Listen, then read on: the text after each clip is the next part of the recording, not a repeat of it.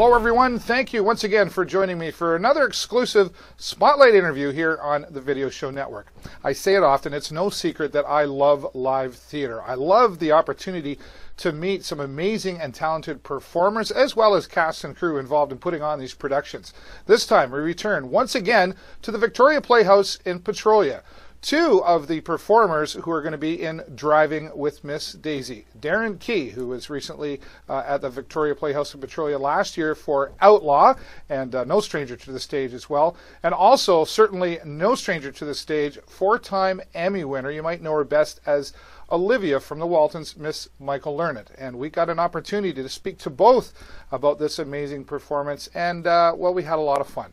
Let's take a look at this exclusive Spotlight interview right now. Let's go out to the Victoria Playhouse in Petrolia. Well, very excited for this Spotlight interview today here at the Victoria Playhouse in Petrolia. It's no secret that I love the theater, so this type of interview is easy for me to do, but a very exciting interview. We've got two of the characters from Driving Miss Daisy starting July 5th here at the VPP. You can go to the vpp.ca to find out. And I have to tell you, Miss Michael Learned, thank you so much for joining us here and being a part of this. Thank and Darren Keay, thank you for being a part of this as well. My pleasure. This, actually, I got to say, Darren, you know, this is a different character flipped for you compared to the last time we probably talked when you were in Outlaw. That's right, yes. Last year I was... He's still an outlaw. Is he? It's hard to control? Yeah. Good guy to sort of the son who kind of stirs the pot a bit with his mom. Yeah, and I don't spend as much time on a hanging rock. Yeah. So. Oh, do you get hung in the I haven't seen It comes close. Oh, yeah. no. You can see the relationship already happening between you, even off stage. Let's talk, just before the camera went on, Darren, let's talk about your character and how something is addressed right from the start in this. I find playing this part in this show right now is very real for me, in that it's addressing an issue that I think a lot of people are finding right now. It's that conversation that happens with older children, with their older folks, older parents, about what comes next. And right away, this show starts with that decision, like, Mama, you can't drive anymore. Yeah. And he has such truth on the page, and it is such a difficult thing that I think a lot of families eventually get to and struggle with. Yeah, for sure. And what we have in Driving Miss Daisy is truth, but it's also done with such heart and humor. Humor. A lot of humor too. An unlikely friendship. Yeah. My husband had to do that with his mother, and for a long time, every time he would call, she'd hang up on him, and then 3 or 4 times later, they had a nice little chat, and suddenly she said, "Wait a minute, you're the one who took my car." Yeah, right. Miss Learned, I got to ask you, this Driving Miss Daisy, there's kind of a personal connection for you in this as well, too, isn't there? Something with your grandmother? My grandmother had a chauffeur named Ambrose, and he was everything, actually. He was like a father to us. He was her best friend. He stood up to her. He would quit, and she would run after him, and then she'd fire him, and then she'd change her mind and run at, they were just, when she was older, he shaved her, he found a home for her, he took care of her, he loved her. Yeah. They loved each other, and we loved him. Yeah. And he was my sanctuary as a kid. You sort of went chauffeur. Well, he was her chauffeur, and he always wore his uniform, and she always sat in the back. My grandfather sat in the front seat, but she always sat in the back seat. And yet, he knew all the skeletons in the closet. He knew everything about our family and all of her secrets, and they had a few between them, I think. Yeah. Okay. All right. Hint, hint. We won't go there. So, I'm guessing you probably, for this character, because you've played this character before, but you take from that and to help you with this? I'm channeling my grandmother, really. Trying to, she was a very, there's the music is wonderful for this because it's kind of like she's, and my grandmother was like that. She just was go, go, go, go, go, right until the very end. Very bright, very domineering. Right. Very, she did smoke, and she always had a cigarette hanging out of her mouth. But she was still a lady at the same time. And she was a character, and I loved her, and now I channel her as best I can. Yeah, that's great. And I hope she doesn't mind. Sounds right. I hope she's not saying, "Oh, I'm so tired. Will you please leave me alone?" Leave me alone. Yeah, okay. Different. I always like to ask a question, you know, when performances are put together. There's a lot of good, but there's always some challenges. Could you both kind of talk to me about what kind of challenges have you seen putting together this production and preparing? Learning to like and get along with this lady. You know, day one it was absolutely fantastic. She's a pain in the you know what, patoot.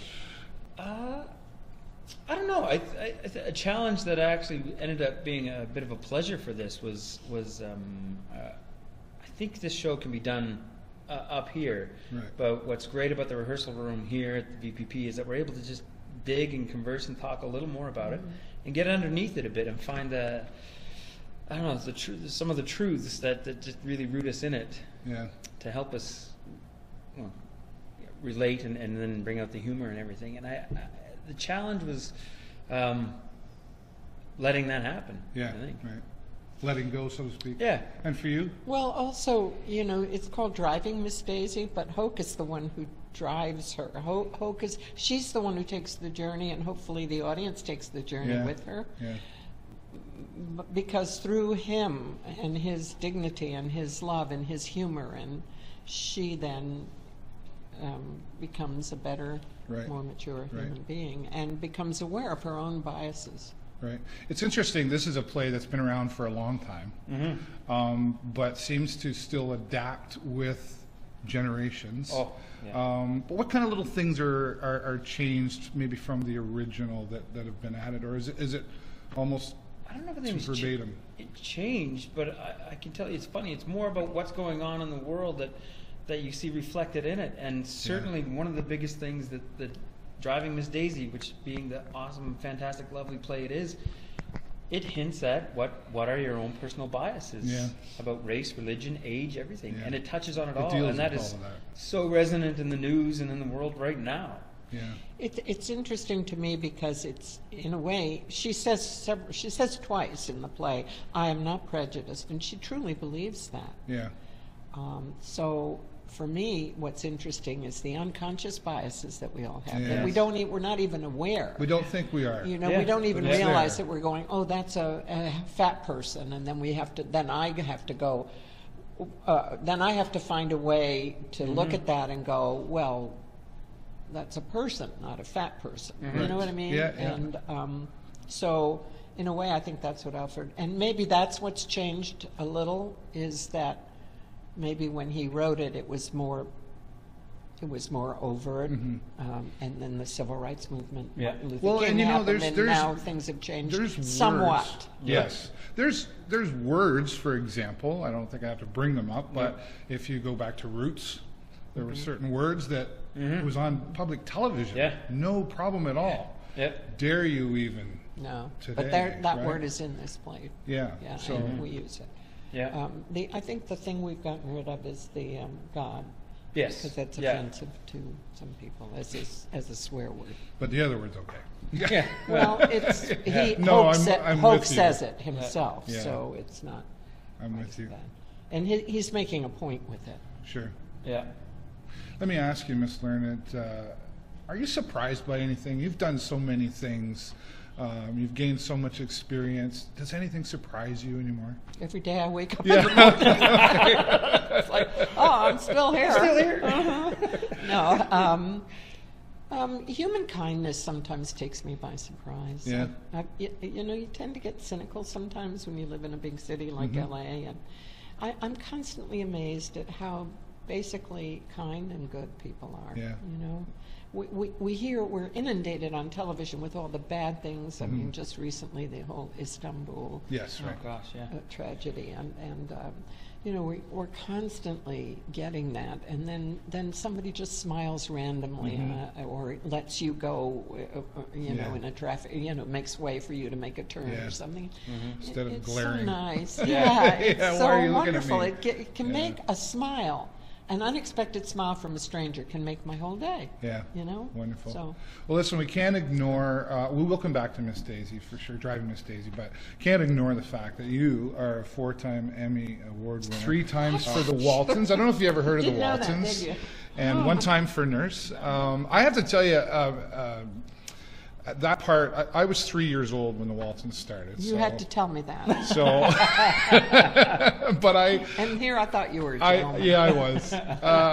I blew it already, right? But I see my family, as many did, gathered in their living room to watch television together, which is something I don't think is happening a lot. But I've watched many interviews with you talking about the Waltons.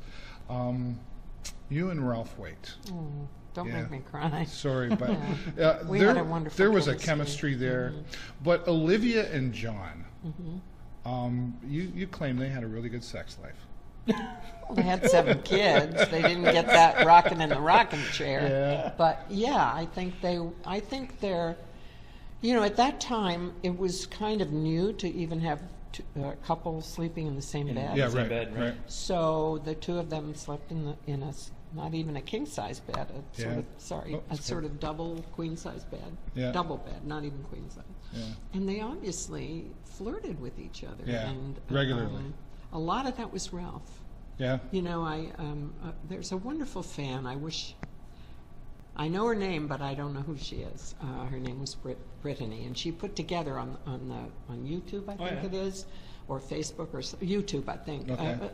John and Olivia Walton, a love story. Oh, really? And I happened to find it one day, and it is so sweet. And I just burst into tears, and I called Ralph and said, I just want to thank you for your performance as John Walton, because all I had to do was react to you. Yeah. I'm so glad I was able to make that call to him before he died. And I'm sure glad you had a final performance with him. We did it here. And here at Love the Letters, VPP, Love Letters. And he was very sick when we started.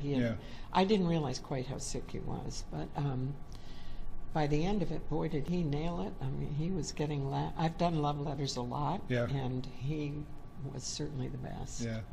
I want to touch on your strings a little bit more now, but in a different area of the world. And I only got this from reading your blog. Arthur Miller. I have a blog? Oh, you don't write that? No, I don't have a blog, do I? It's on your website. I have a website. Yeah, okay. I do have. Yeah, part of that's called a blog. Okay. Arthur Miller. Yes. What are you in so awe about him? Or where's your shyness with him? I'm in great awe of any playwright or writers, period. And I don't know, you grow up, now he's gone so I can say it, but you sort of grow up and you're a young woman and you, Arthur Miller, and suddenly there he is sitting across the table from you, and it's like, I don't think I spoke to him the whole time that we did All My Sons for public television. I think I just sort of said hello, and then I got the privilege of working with him again a second time on a new play of his called Ride Down Mount Morgan, and I was a little more comfortable then. But I still found myself sitting in the grass going, I'm sitting in the grass at Williamstown with Arthur Miller. Like a schoolgirl. We're all starstruck, all of us. Yes, we do have that. Are. That's me in rehearsal now, Really? No. I'm sitting here with Neville Mrs. Walton. Neville Edwards, and Mrs. Walton. Yeah, Walton, exactly. Without her If this is the kind of chemistry we're going to see on stage, Driving Miss Daisy it's so much is fun. going to be amazing. It's been fantastic. Nice. Absolutely. I'll be making that call that you made to Ralph, to you. Oh, wow. Look at him go. So sweet. Well done. He's a good son. I know you've had a lot of interviews, and I will wrap it up here because I know you're very busy. So, both of you, looking forward to your performances, and thank you for your kind sharing of your time. All the interviews, has there ever been, and I've had conversation with friends, I said, I want to ask her something that nobody else has or whatever. I don't know what that question is, so is there a question I could ask you or something that you would want to say to everybody that hasn't been touched on yet? Yeah, of course, but I'm not going to tell you. Oh, okay. I was trying really hard. I do want to say too that a lot changed for you from Waltons to where you are now. I mean, you've done Cleopatra, and it's just there's a long list. I did all of that before the Waltons, actually. Yeah. The Waltons has changed in terms of a more recognizable name. But actually it was rep at the American Conservatory Theater where I got to do really some wonderful work. How do you keep your schedule? Because even during the Waltons, like you were busy. There was Gunsmoke, and you haven't slowed down. You were into Murder, She Wrote, to Saint Elsewhere, to Scrubs. Scrubs? Yeah, right. That's the most recent one. Isn't Oh, that The Young something? and the Restless. Oh, I Austin forgot Turner, about that. why Yeah. not? And oh God, General, the whole what did you ask me? I forgot. Well, how did you I'm keep hungry. that scheduled? I mean, that's there's a lot of craziness going on there, you know. Well, the hardest was when I had kids because Yeah. I felt torn. You know, Yeah. there were times, it was before cell phones, and they'd call me on the set for the Waltons, and I'd be spending the day with other children who are now like my children. right. And my own children were home waiting for me to come and take them to the dentist or something, Yeah, right. you know. Life still had to So happen. that was a struggle. But now, I have a wonderful husband, I have a great life, and there's no pull. And actually, I didn't work. I just did a play before I came up here, but I didn't work for 7 or 8 months. So Oh, all I okay. did was wash dishes and grocery shopping. Which I Yeah, good hate. life. That'll make you get back to work quick, right? Gosh, I couldn't wait to come to work. Anything final either one of you want to add about Driving Miss Daisy? Please come see it. Yeah. It's going to be something that you're surprised at, that you may have seen the movie, maybe you saw another production, but it's a fantastically written play, and it's going to be so well performed. So I come never see get it. tired of this play. No. That's how good it is, Yeah. you know. Yeah. And I do hope people will come. It's the audience is another character in the play. Yeah, I think so. Absolutely. And not only the play, we're going to get an opportunity to talk on Yep. stage with you one-on-one. Ooh, yes. Is that right? You're going to open this up to the audience to talk to you as well? Well, or is it yeah. just a Well, we conversation? always come and meet the audience after Yeah. the shows, but we're Yeah. also going to do a sort of evening Yeah. with me that we're developing as we speak. Okay. We're not there Perfect. yet, but hopefully it'll be All right. entertaining with clips and pictures and chit chat. Stories Wonderful. and- Chit chat stories. Yeah. I could go on and on with both of you. You're so kind. Thank you're, you so You're a wonderful interview. You Very make good. it- you make It's it just a easy. conversation, right? And I am a bit starstruck, right? We all are. And I know my mother is very excited to be watching this interview because you're Hi, huge Mom. fans. Well, yeah, there you go. Nice. Shout out, there you go, Mom. I wish we had more time. Thank you so much, Thank you. both Thanks of for you. having Cheers, us. thank you. Looking forward to Driving Miss Daisy. It starts July 5th. Go to the VPP.ca. I know I'm going to be here. I'm going to bring some friends. You go Please bring some do. friends. Yeah. It's going to be a wonderful time. Once again, broadcasting for the Video Show Network. Thanks for watching this one-on-one spotlight interview. A fantastic joy it was to meet both Darren Keay and Miss Michael Learned. I really had a good time talking with both of them. We had a lot of fun, as you could see. We continued to talk after the camera went off and had some nice life conversations with both Darren Keay and Miss Learned as well. Don't miss this performance. Driving Miss Daisy starts July 5th out of the Victoria Playhouse in Petrolia. Go to the VPP.ca to get your tickets. They are selling very, very fast. Also, there's going to be a conversation with Miss Learned coming up probably the end of July. Still some details to follow for that, but keep watching their website for all those details. Again, thank you, Darren Keay and Miss Michael Learned, for your time here on this Spotlight interview. Thanks, everybody, for watching. This has been another exclusive Spotlight interview right here on the Video Show Network. Bye for now.